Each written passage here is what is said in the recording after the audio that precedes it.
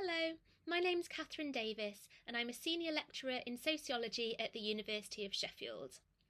My research is about how relationships with family and friends are experienced in everyday life, and today I'm going to be talking about sibling relationships.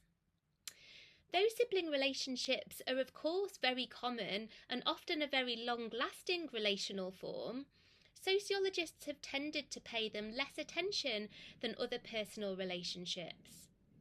Maybe because sociologists have thought a lot about how social advantage and disadvantage might be inherited and passed downwards from our parents, but less about how these things might also pass horizontally between siblings. Today I'm going to draw on a recent book that I've written about siblings to explain why siblings do matter to sociologists. But first of all, we need to figure out what is a sibling. We have many different types of siblings: full siblings, step siblings, half siblings who share one parent, adopted and fostered siblings, siblings who are related through the donation of eggs or sperm, and then people who feel like siblings even though we might not be related to them by marriage or by genetics. These categories are really complicated actually. Some siblings are characterised by really big age gaps. Some people might not have acquired their step-siblings until adulthood, and that might be quite a different experience of sibling relationships than those who acquired step-siblings when they were children. So it's really important that we're mindful about what being and having a sibling means to people and how this can be very different. So now I'm going to talk about why siblings matter to sociology, and I'm going to use some of the research that I did for my book called Siblings and Sociology to make this argument. First of all, being a sibling can have a profound effect on our identity and sense of self. This is because being a sibling means being one in a series, and often we're compared to how we're similar or different to our brothers and sisters, and this can happen at home, it can happen at school, or in the local neighbourhood.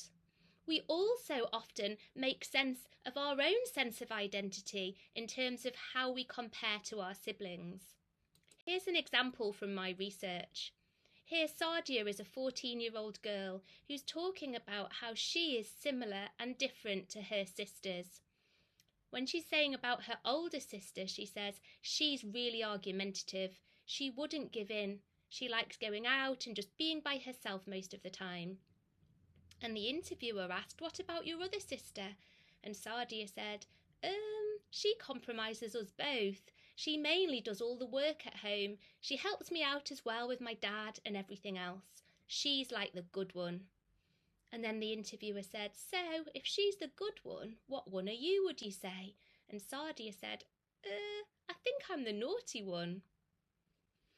This is a really clear example of how Sadia is the naughty one because her older sister is the good one, and her other sister compromises them both, showing that we need to understand how these identities are constructed in relation to one another. So looking at siblings helps to remind us that our identities are always constructed in relation to other people. Another way that sibling relationships are sociologically important is in the way they provide care for one another. Care between siblings can ebb and flow through the life course, so sometimes there might be occasions where siblings step in and look after one another, for example, in the case of illness. But sometimes sibling relationships might be characterised by care that feels more like a sense that they're just there for you. Julie Brownlee calls this everyday sort of care as being there or being alongside. In childhood, sibling care is even more interesting because often children's sibling relationships can be characterised by conflict as well as care, and they can switch between these two ways of being. In my research, for example, young people talked about the ways that they experienced arguments with their siblings, but also stuck up for one another and supported one another. One girl said, "Me and my sister, we normally fight at home, but if she's like in trouble, I'll help her." Other children talked about how they stuck up for one another when they were in trouble with their parents. One boy said, "If we break something at home, me and my brother will just say one of us just walked past it and dropped it." One girl even said, "My brother dropped a bowling ball on my foot and I just said it rolled off."